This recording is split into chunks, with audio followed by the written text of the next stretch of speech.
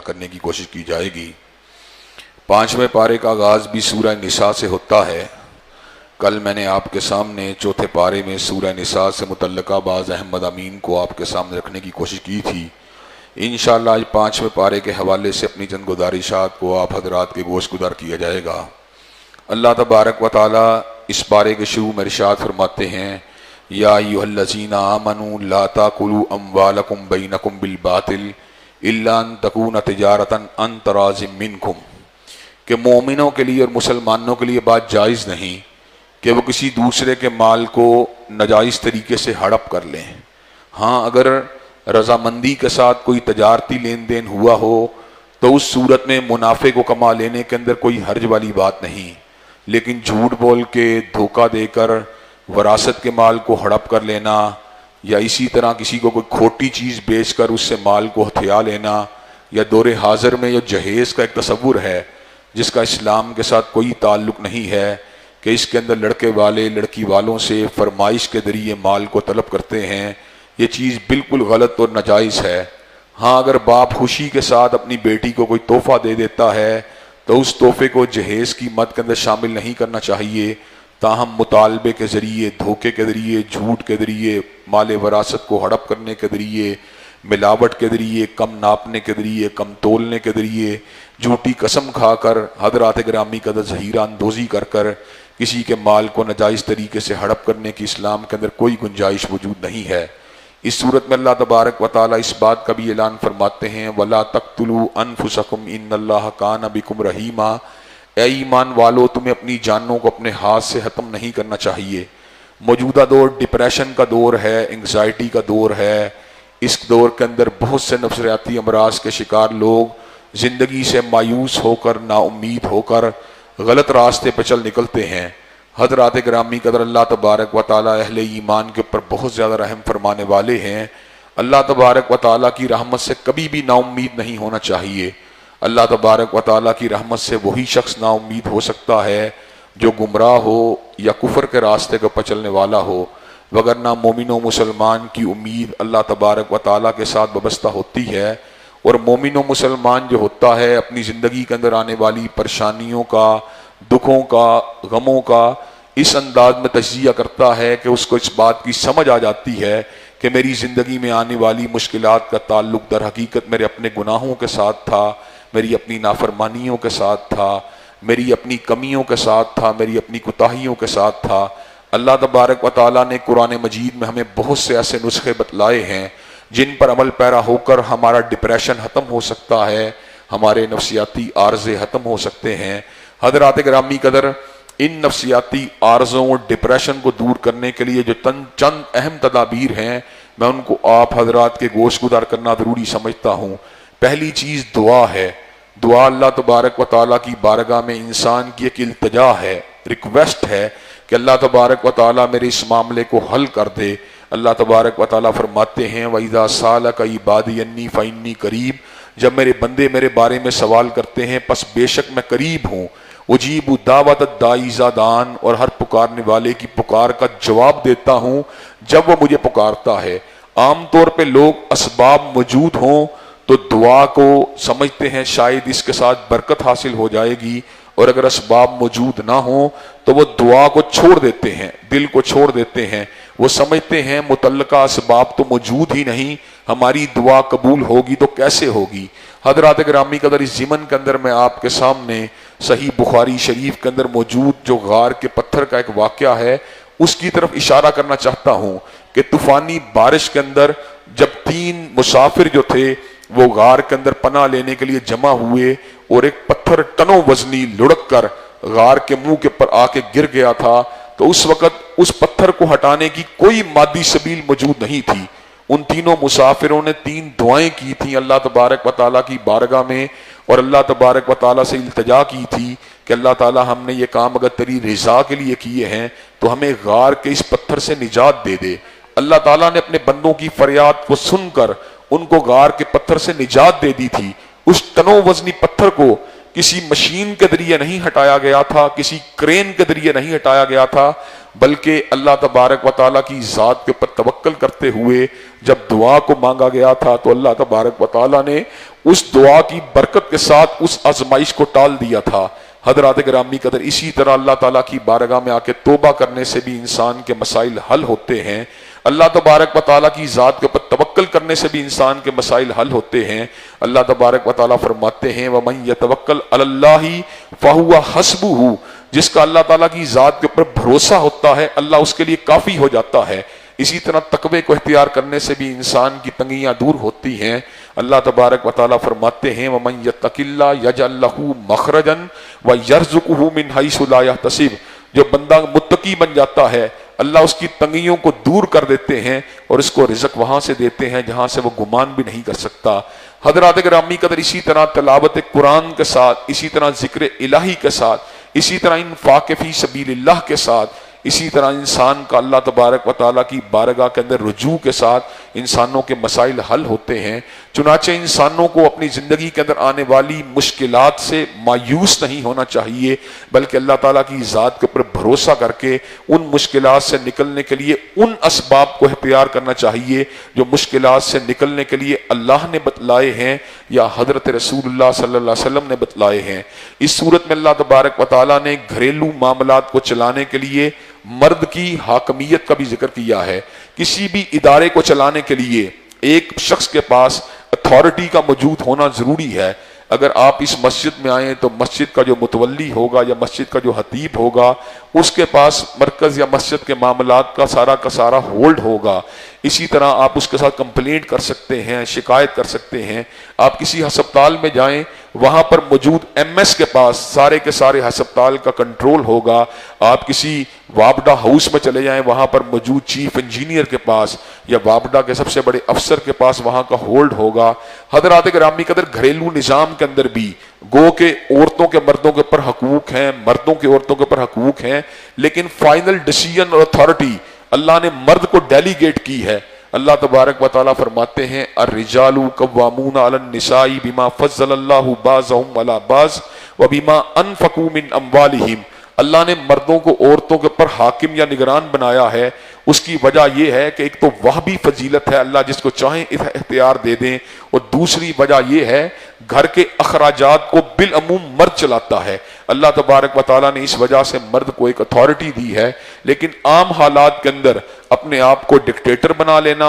عورت کو ہر وقت دبانے کی کوشش کرنا، اس کے ساتھ ناجائز اس کا استحصال کرنا، اس بات کی اسلام میں کوئی گنجائش موجود نہیں ہے۔ تاہم اگر کوئی جھگڑے کی صورت نکل آئے، کوئی کنفلکٹ کی صورت نکل آئے، کوئی کنفرنٹیشن کی صورت نکل آئے، تو اس صورت کے اندر مرد کی بات کو حرف آخر سمجھنا چاہیے۔ اس صورت میں اللہ تبارک و تعالیٰ نے اس بات کا بھی ذکر کیا، اور یہ ان ایام کی بات ہے جب ابھی شراب حرام نہیں تھی، تو اس صورت کے اندر بعض لوگ جو تھے وہ نماز کے لیے آتے تھے، تو اللہ تبارک و تعالیٰ نے اس بات کا اعلان فرمایا یا ایھا الذین آمنوا لا تقربوا الصلاۃ وانتم سکارا، کہ اے لوگو جس وقت تم حالت نشہ میں ہو تم نماز کے قریب نہ آیا کرو یہاں تک کہ تمہیں معلوم ہو جائے تم کیا کہہ رہے ہو، تمہارا شعور قائم ہو جائے۔ یہ اس دور کی بات ہے۔ بعد میں اللہ نے ایک اور سٹیپ آگے گئے، اللہ نے اعلان فرمایا یسألونک عن الخمر والمیسر، لوگ آپ سے شراب اور جوئے کے بارے میں پوچھتے ہیں، آپ ان کو جواب دیجئے قل فیہما اسم کبیر ومنافع للناس،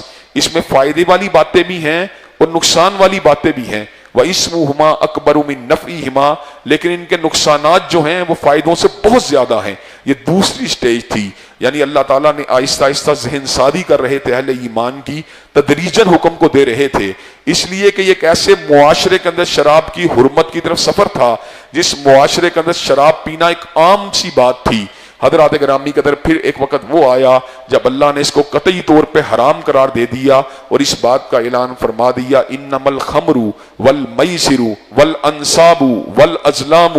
رجس من عمل الشیطان، بے شک شراب، بے شک جوا، بے شک بت گری اور پانسا یہ بدترین شیطانی کام ہیں۔ اللہ تبارک و تعالیٰ نے اس امر کا اعلان فرما دیا من الخمر والمیسر رجس من عمل الشیطان، ناپاک شیطانی کام ہیں۔ اللہ تبارک و تعالیٰ نے اس بات کا بھی اعلان فرما دیا انما یرید الشیطان ان یوقع بینکم العداوۃ والبغضاء فی الخمر والمیسر ویصدکم عن ذکر اللہ وعن الصلاۃ، کہ بے شک شیطان جوئے اور شراب کے ذریعے اہل ایمان کو لڑاتا ہے اور ان کو ذکر الہی سے دور رکھتا ہے۔ حضرات گرامی قدر، جوا ہارنے والا جوا جیتنے والے کا دشمن بن جاتا ہے۔ اسی طرح شراب کی حالت میں کوئی کسی کی توہین کر دے، کوئی کسی کو گالی دے دے، کوئی کسی کی گاڑی کا شیشہ توڑ دے یا گھر کے دروازے کو توڑ دے، تو آٹومیٹیکلی دشمنی والی بات، کدورت والی بات پیدا ہو جائے گی۔ اور دوسری بات یہ ہے، نشے کی وجہ سے بھی اور جوئے کی وجہ سے بھی انسان اللہ کے ذکر سے، اس کی یاد سے، نمازوں سے غافل ہو جاتا ہے۔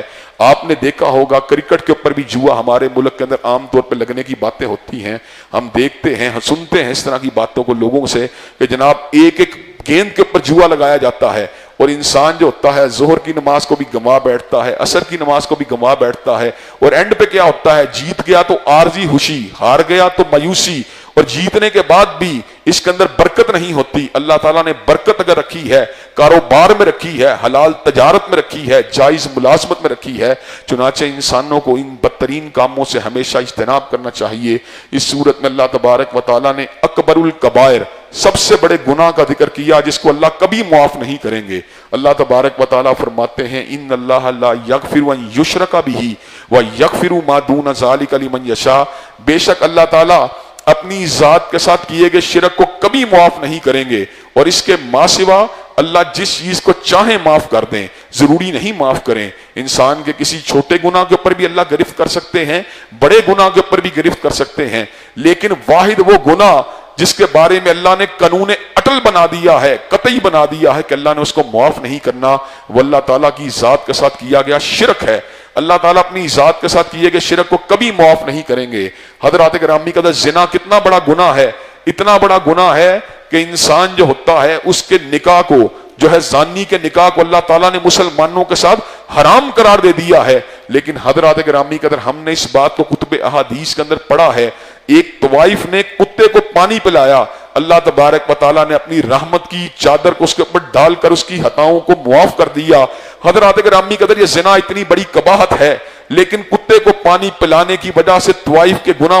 معاف ہو گئے۔ حضرات گرامی قدر، 1000 دفعہ کا زنا ایک گھنٹے کے یا ایک لمحے کے شرک کا مقابلہ نہیں کر سکتا۔ چنانچہ انسان کو ہر حالت کے اندر اللہ تبارک و تعالیٰ کی ذات کا شرک سے بچنے کی کوشش کرنی چاہیے۔ شرک فقط یہ نہیں کہ انسان بتوں کی پوجا کرے، بلکہ کسی نیک آدمی، کسی ولی اللہ، حتیٰ کہ کسی نبی کی بھی اللہ تبارک و تعالیٰ کی ذات کے ساتھ شراکت کرنا، یہ بھی شرک ہے۔ اس کی بڑی دلیل میں آپ کو دیتا ہوں۔ اللہ تعالیٰ نے قرآن مجید کی ایک سورت کو 10 پاروں کے برابر ثواب اس کے پڑھنے کو قرار دیا۔ قل هو اللہ احد اللہ الصمد لم یلد ولم یولد ولم یکن لہ کفوا احد۔ سورہ اخلاص جو تھی بنیادی طور پہ ٹرینٹی کے خلاف، عقیدہ تثلیث کے خلاف اللہ نے نازل کی تھی۔ عیسائی حضرت عیسیٰ علیہ السلام کو اللہ تعالیٰ کا بیٹا کہتے تھے۔ اب عیسیٰ علیہ السلام کوئی معمولی ہستی نہیں ہے، عبداللہ ہیں، رسول اللہ ہیں، کلیمت اللہ ہیں، لیکن جب بھی ان کو بھی اللہ کہا گیا، اللہ کا بیٹا بنایا گیا، تو اللہ نے اس چیز کو قبول نہیں کیا۔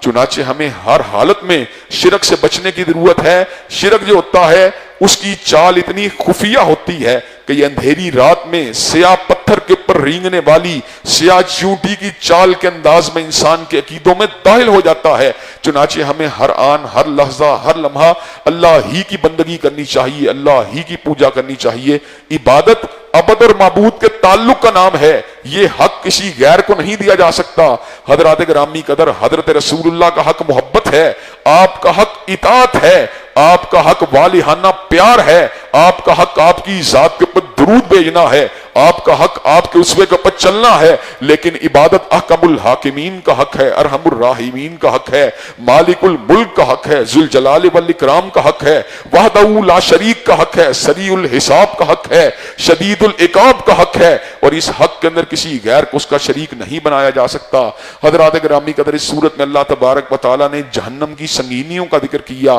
اللہ تبارک و تعالیٰ اعلان فرماتے ہیں ان الذین کفروا بآیاتنا سوف نصلیہم نارا، وہ لوگ جو اللہ کی آیات کو جھٹلاتے ہیں ان کو آگ کا مزہ چکھنا پڑے گا۔ حضرات گرامی قدر، اس آگ کی کیفیت کیا ہوگی؟ کلما نضجت جلودہم بدلناہم جلودا غیرہا، وہ آگ انسانوں کی کھالوں کو ادھیڑ کے نیچے پھینک دے گی۔ اللہ تعالیٰ عذاب میں شدت پیدا کرنے کے لیے نئی کھال کو چڑھا دیں گے تاکہ عذاب کے اندر کسی قسم کی کوئی کمی واقع نہ ہو۔ حضرات گرامی قدر، بندہ مرنا چاہے گا لیکن ہوگا کیا؟ لا یموت فیہا ولا یحیا، نہ وہاں پر موت آئے گی نہ وہاں پر زندگی موجود ہوگی۔ انسان جو ہے عبدالآباد تک کے لیے اپنے کفر کی جو ہے عقوبت کو کاٹتا رہے گا۔ یہاں پہ ایک سوال پیدا ہوتا ہے،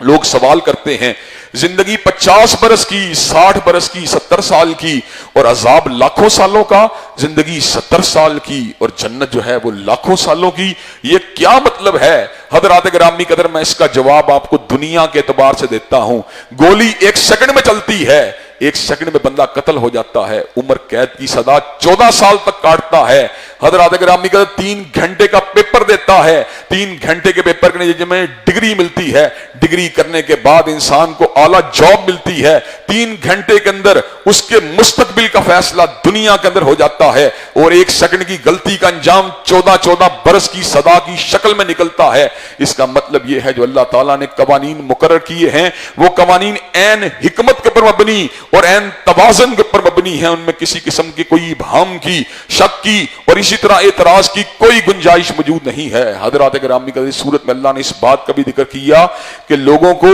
3 جو ہیں ہستیوں کی اطاعت کرنی چاہیے۔ یا ایھا الذین آمنوا اطیعوا اللہ واطیعوا الرسول واولی الامر منکم، اللہ کی بات کو ماننا چاہیے، رسول اللہ کی بات کو ماننا چاہیے، علماء اور اپنے حکام کی بات کو ماننا چاہیے۔ لیکن اللہ رسول کی بات کو ماننے کے بعد حکام کی کوئی ایسی بات سامنے آ سکتی ہے جو انسان کو سمجھ میں نہ آئے، جو انسان کی عقل میں نہ آئے۔ عالم کی کوئی بات ایسی ہو سکتی ہے جس پہ انسان کو تردد ہو، شک ہو، شبہ ہو، اب کیا کرنا ہے؟ اب عالم کی بات کے اوپر اکتفا نہیں کرنا۔ فَإِن تَنَازَعْتُمْ فِي شَيْءٍ فَرُدُّوهُ إِلَى اللَّهِ وَالرَّسُولِ، اب بات اگر ماننی ہے تو اللہ کی ماننی ہے، رسول اللہ کی ماننی ہے۔ لیکن اللہ کی ذات ہو یا حضرت رسول اللہ کی ذات ہو، ان کے بارے میں کوئی اعتراض، کوئی تنقید، کوئی شک شبہ، اس کی کوئی گنجائش موجود نہیں۔ ان کی بات کی حکمت سمجھ میں آئے سر آنکھوں پر، حکمت سمجھ میں نہ آئے پھر بھی سر آنکھوں پر، بات عقل کے مطابق ہو پھر بھی سر آنکھوں پر،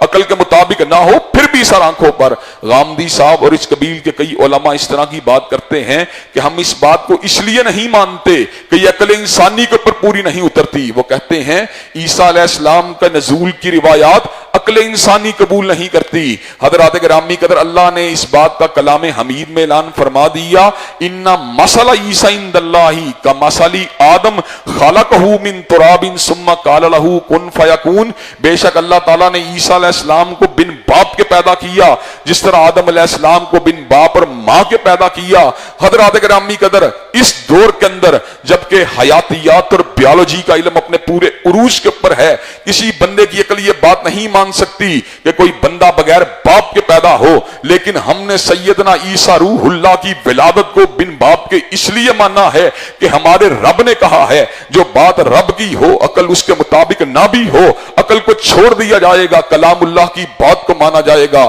اگر اللہ تبارک و تعالیٰ کی بات کو عقل کے مقابلے میں فوقیت دی جائے گی تو پھر غامدی صاحب ہمیں یہ بات کہنی پڑے گی کہ رسول اللہ صلی اللہ علیہ وسلم کی بات کو بھی عقل کے مقابلے میں ترجیح دی جائے گی۔ حضور علیہ السلام انسانوں کے امام ہیں اور آپ کی عقل افکار کی امام ہے، اور آپ کی حدیث باتوں کی امام ہے، اور آپ کی سنت طریقوں کی امام ہے۔ حضرت حافظ محمد گوندلوی رحمت اللہ علیہ ارشاد فرماتے تھے جس طرح جانوروں کی عقل عقل انسانی کا مقابلہ نہیں کر سکتی، اسی طرح انسانوں کی عقل عقل نبوت کا مقابلہ نہیں کر سکتی۔ جو حضور کی بات ہے وہ عین حق ہے، وہ بالکل سچ ہے، اس کے اندر نہ کسی قسم کے ریب کی گنجائش ہے، نہ تردد کی گنجائش ہے، نہ شک کی گنجائش ہے، نہ شبے کی گنجائش ہے۔ ہر شخص غلطی کھاتا ہے اور کھا سکتا ہے، لیکن غلطی سے پاک اگر کسی کی بات ہے یا میرے رب کی بات ہے یا اس کے بھیجے ہوئے کملی والے کی بات ہے۔ حضرات گرامی قدر، اس صورت میں اللہ نے اس امر کا بھی اعلان فرما دیا، جو لوگ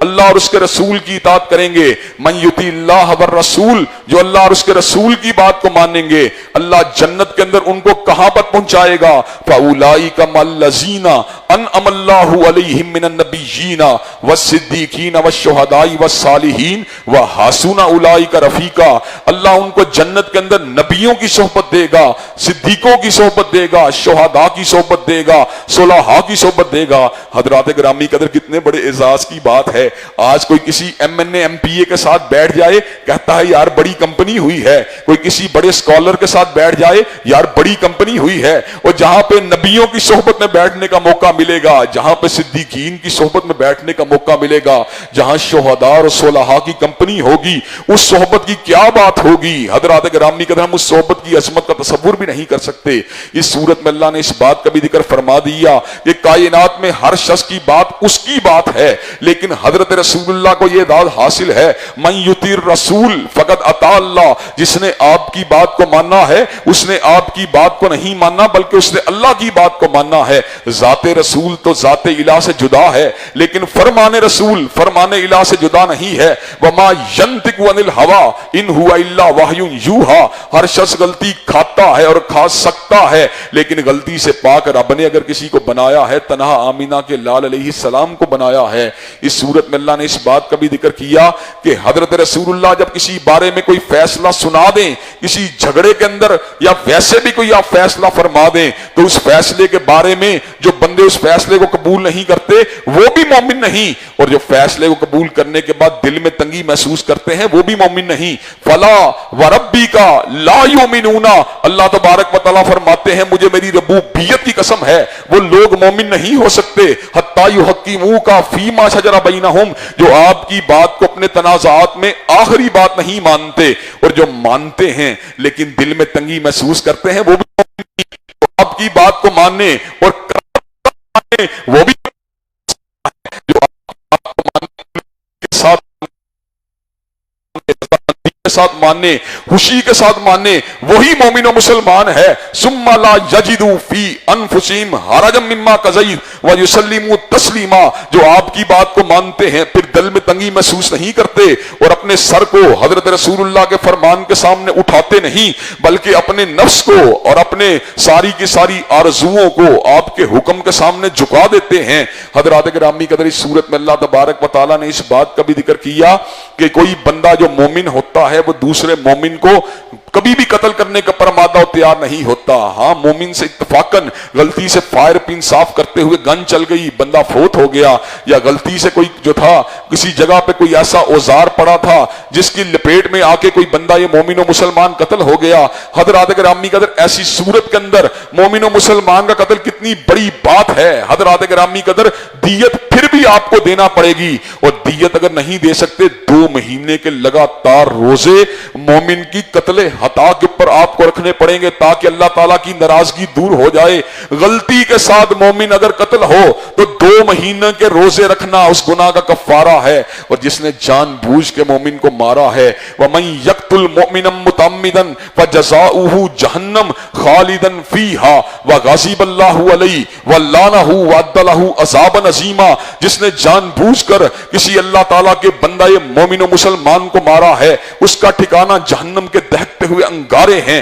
اللہ کا اس کے اوپر غصہ ہے, اللہ کی اس کے اوپر لعنت ہے, اور اللہ نے اس کے لیے دردناک عذاب کو تیار کر دیا ہے. اللہ 6 پارے میں ارشاد فرماتے ہیں, انہو من قتل نفسا بغیر نفس او فساد فی الارض فکانما قتل الناس جميعا, جس نے ایک انسان کو بغیر جرم کے مارا ہے اس نے پوری انسانیت کو مارا ہے, اور جس نے ایک کو زندہ کیا اس نے پوری انسانیت کو زندہ کیا ہے. حضرات گرامی قدر, اس صورت میں اللہ تبارک و تعالیٰ نے اس بات کا بھی ذکر کیا, اور وہ بات ہمارے لیے بڑی توجہ طلب بات ہے. آج لوگ مائیگریٹ کر کے جاتے ہیں, کہاں پر؟ انگلستان مائیگریٹ کر کے جا رہا ہوں, آج مائیگریٹ کر کے جاتے ہیں آسٹریلیا مائیگریشن کر کے جا رہا ہوں, آج مائیگریٹ کرتے ہیں کینیڈا مائیگریٹ کر کے جا رہا ہوں. اللہ تبارک و تعالیٰ فرماتے ہیں جن لوگوں نے دارالکفر میں رہتے ہوئے اپنی جانوں پہ ظلم کیا, وہاں پر نمازوں کو صحیح طریقے سے ادا نہیں کیا, وہاں داڑھیوں کو صحیح طرح نہیں رکھا, وہاں پردے کو صحیح طرح نہیں کیا, وہاں عیدین کے صحیح اجتماع کو قائم نہیں کیا. حضرات گرامی قدر, اللہ تبارک و تعالیٰ قیامت میں ان سے پوچھے گا میری زمین بڑی وسیع تھی, یہاں سے مائیگریٹ کیوں نہیں کر کے گئے؟ حضرات تم تو مائیگریٹ کر کے دارالکفر میں جا رہے ہو, اور دارالکفر کے بندوں سے اللہ پوچھے گا تم نے اس زمین کو چھوڑ کر ارض اسلام کی طرف ہجرت کیوں نہیں کی؟ تو ایسے عالم کے اندر وہ لوگ جو جوان ہوں گے, توانا ہوں گے, وہ اس بات کا کوئی جواب نہیں دے سکیں گے. اللہ تبارک و تعالیٰ فرماتے ہیں ہجرت نہ کرنے والا اور دارالکفر میں رہ کر میری نافرمانیوں کو کرنے والا میں نے اس کے لیے جہنم کے دہکتے ہوئے انگاروں کو تیار کر دیا ہے. لیکن بعض عورتیں, بعض بوڑھے بچے تھے جن میں ہمت نہیں تھی, جو کرتے تھے, جو پریشان تھے, جن کا دل کرتا تھا اللہ کے دین کی جو ہے اس پہ عمل داری کی جائے, اس پہ عمل کیا جائے, لیکن مجبور تھے, راستہ کوئی نہیں تھا. تو اللہ تبارک و تعالیٰ فرماتے ہیں ان کو میں معاف کر دوں گا, اس لیے کہ اللہ تبارک و تعالیٰ ہر کسی کے حوال کو دیکھتے ہیں, ظروف کو دیکھتے ہیں, حالات کو دیکھتے ہیں.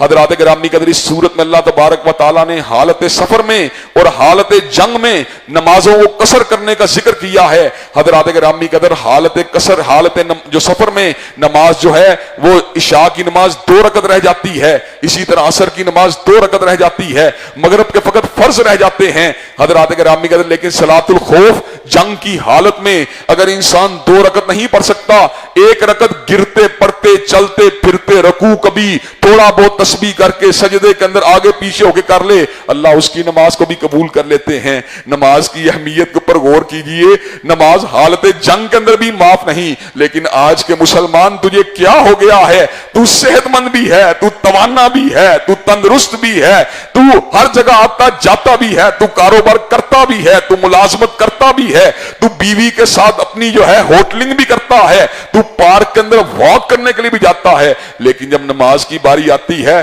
سستی تیرے اوپر غالب آ جاتی ہے, شیطان اپنے پنجے تیرے دل کے اوپر گھاڑ لیتا ہے, تو اس وقت نماز کے لیے مادہ تیار نہیں ہوتا. تجھے کیا ہو گیا ہے, تو ہر طرح کی جناب چیزیں کھاتا ہے, پیتا ہے, ڈائٹنگ بھی کرتا ہے, اپنے جسم کو نشو و نما کے لیے فٹ فاٹ رکھنے کے لیے واک بھی کرتا ہے, ورزش بھی کرتا ہے, تو بالکل فٹ ہے, بس تجھے تھوڑی سی کمزوری ہے, تھوڑی سی کمزوری جو ہے تجھے روزہ نہیں رکھنے دیتی. حضرات آج کے مسلمان کو کیا ہو گیا ہے, اللہ تعالیٰ کے دین کی بات آ جائے فوراً سے پہلے بیمار بن جاتا ہے. اللہ تبارک و تعالیٰ فرماتے ہیں نماز جو ہے اس کو گرتے پڑتے جو ہے تم نے ادا کرنا ہے. پیچھے مسلمانوں کی ایک جماعت ہو جو تمہارے تحفظ کے لیے موجود ہو, جب تم نماز پڑھ لو تم اسلحے کو اٹھا لو, وہ نماز کو ادا کریں. حضرات گولیوں کی باریں چل رہی ہوں, اللہ تعالیٰ نے نماز کو پھر بھی معاف نہیں کیا. اور حضرات گرامی قدر اللہ تبارک و تعالیٰ فرماتے ہیں جب امن کے حالت میں آ جاؤ پھر نمازوں کو دوبارہ قائم کرنا شروع کر دو. ان الصلاۃ کانت علی المؤمنین کتابا موقوتا,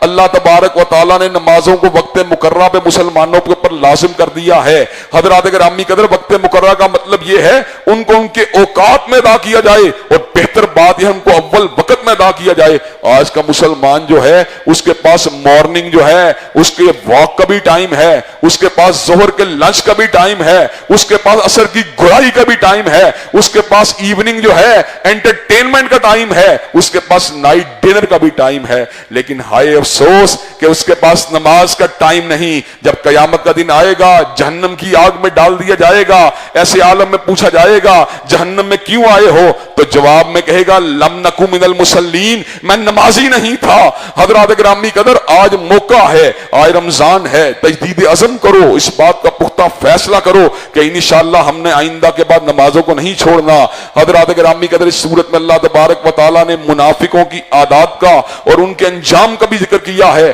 منافق جو ہوتے ہیں وہ لوگوں کو اللہ تعالیٰ کو دھوکہ دے رہے ہوتے ہیں, لیکن ان کو یہ پتا نہیں ہوتا اللہ تبارک و تعالیٰ ان کے فریب کو پوری طرح دیکھ رہا ہے اور لوگوں کو بھی دھوکہ دیتے ہیں. جب اللہ تبارک و تعالیٰ کے ذکر کی باری آتی ہے بڑے تھکے تھکے اٹھتے ہیں اور نہ سجدہ پورا کرتے ہیں, نہ رکوع پورا کرتے ہیں, نہ قیام درست کرتے ہیں. اور حضرات گرامی قدر کبھی ادھر گر رہے ہیں کبھی ادھر گر رہے ہیں, ہر چڑھتے سورج کے ساتھ ہیں, ہر ابھرتی ہوئی شمع کے ساتھ ہیں. اگر ساتھ نہیں ہیں تو اللہ کے دین کے ساتھ نہیں ہیں, کتاب اللہ کے ساتھ نہیں ہیں, سنت رسول اللہ کے ساتھ نہیں ہیں. اللہ تبارک و تعالیٰ فرماتے ہیں ان المنافقین فی الدرک الاسفل من النار ولن تجد لهم نصیرا, بے شک اللہ تعالیٰ نے منافقوں کے لیے جہنم کے سب سے گہرے گڑھوں کو تیار کر دیا ہے اور ان کا کوئی مددگار نہیں ہوگا. لیکن آگے ایک اللہ نے عجیب بات کہی, میرا کریم مولا, میرا رحیم مولا, میرا رحمان مولا, اس نے عجیب بات کہی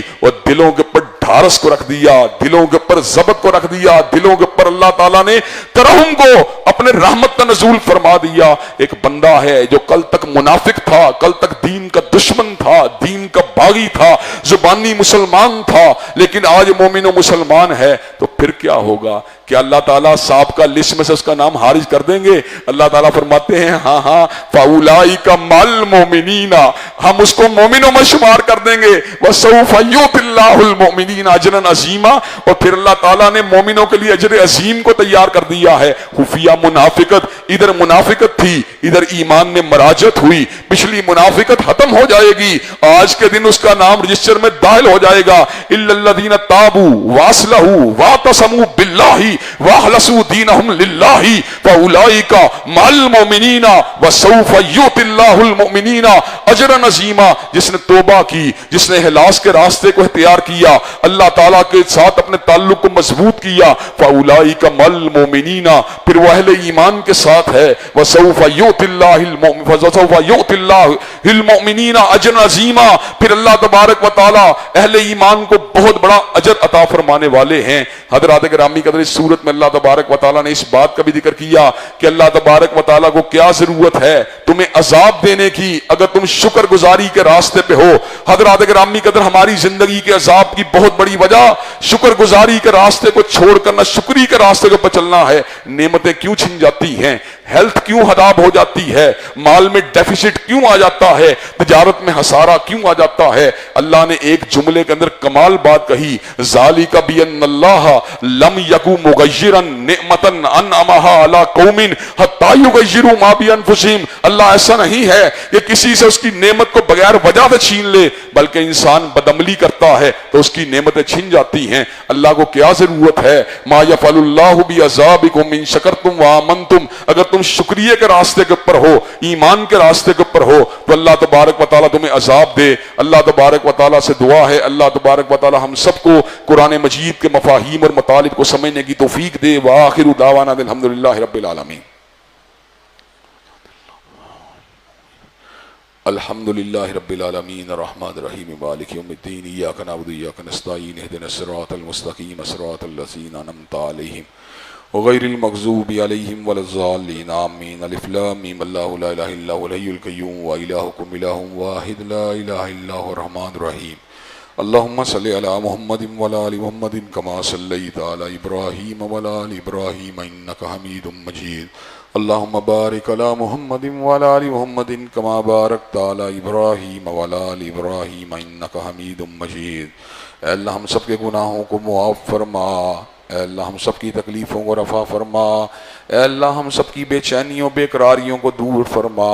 اے اللہ ہم سب کے گھروں میں امن و سکون اور راحتوں کا نزول فرما، اے اللہ جتنی تکلیفیں آ چکی ہیں ان پہ صبر کرنے والا بنا، اے اللہ آئندہ آنے والی زندگی میں ہر تکلیف سے ہر آزمائی سے ہم سب کو محفوظ و مامون فرما، اے اللہ دین و دنیا کی اعلیٰ ترین کامیابیوں کامرانیوں سے ہمکنار فرما، اللہ دنیا و آخرت کی ذلت اور رسوائیوں سے محفوظ و مامون فرما، اے اللہ ہماری روحانی جسمانی بیماریاں دور فرما، اے اللہ نفسیاتی عارضے دور فرما، اے اللہ ہم سب کے گھروں میں امن و سکون اور راحتوں کا نزول فرما، اللہ جتنی تکلیفیں آ چکی ہیں ان پہ صبر کرنے والا بنا، اے اللہ آنے والی زندگی میں ہر تکلیف سے ہر آزمائی سے ہم سب کو محفوظ و مامون فرما، اے اللہ بیت اللہ الحرام کی زیارت نصیب فرما، اے اللہ مسجد نبوی شریف کی زیارت سے بہرور فرما، اللہ رمضان کے روزوں کو قبول و منظور فرما، اللہ رمضان کی راتوں کے قیام کو قبول و منظور فرما، اللہ ہمیں قرآن کو پڑھنے پڑھانے والا بنا، اللہ ہمیں سننے سنانے والا بنا، اللہ سمجھنے سمجھانے والا بنا، اے اللہ اسلام والی زندگی ایمان والی موت نصیب فرما، اے اللہ بے روزگاروں کو اچھا روزگار نصیب فرما، اے اللہ محتاجوں کو غنی فرما، اللہ فقیروں کو تونگر بنا، اے اللہ دین و دنیا کی اعلیٰ ترین کامیابیوں کامرانیوں سے ہمکنار فرما، اللہ دنیا و آخرت کی ذلت اور رسوائیوں سے محفوظ و مامون فرما،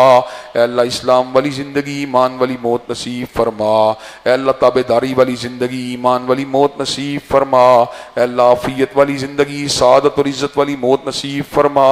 ربنا آتنا فی الدنیا حسنۃ وفی الآخرۃ حسنۃ وقنا عذاب النار۔ اللہم صلی علی محمد وعلی آل محمد کما صلیت علی ابراہیم وعلی آل ابراہیم انک حمید مجید۔ اللہم بارک علی محمد وعلی آل محمد کما بارکت علی ابراہیم وعلی آل ابراہیم انک حمید مجید۔ سبحان ربک رب العزۃ عما یصفون والسلام علی المرسلین والحمد للہ رب العالمین۔